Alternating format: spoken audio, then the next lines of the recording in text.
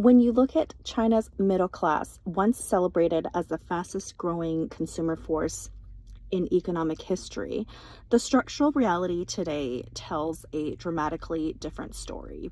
The, the official metric defining middle income earners captures roughly 400 million citizens, but the threshold feels increasingly insufficient in tier 1 hubs.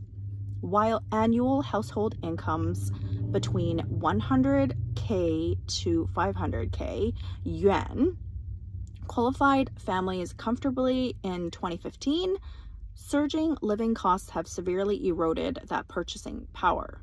This massive economic demographic is now squeezed between rising fixed overheads and stagnant nominal wage growth across major metropolitan areas.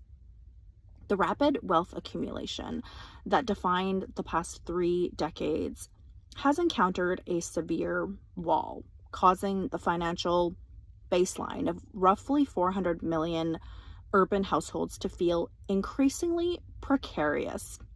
Decades of double-digit GDP growth created an expectation that personal financial expansion was a permanent baseline reality rather than a cyclical anomaly. That perpetual growth narrative encouraged families to take on substantial fixed debts under the assumption that future pay raises would easily service them. Now, as baseline economic expansion moderates toward lower targets, households find themselves over-leveraged against a far flatter income trajectory.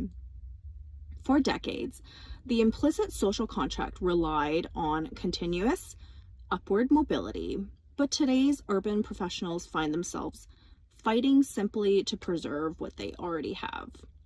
The social compact promised that relentless hard work and higher educational credentials would guarantee an ever-improving quality of life.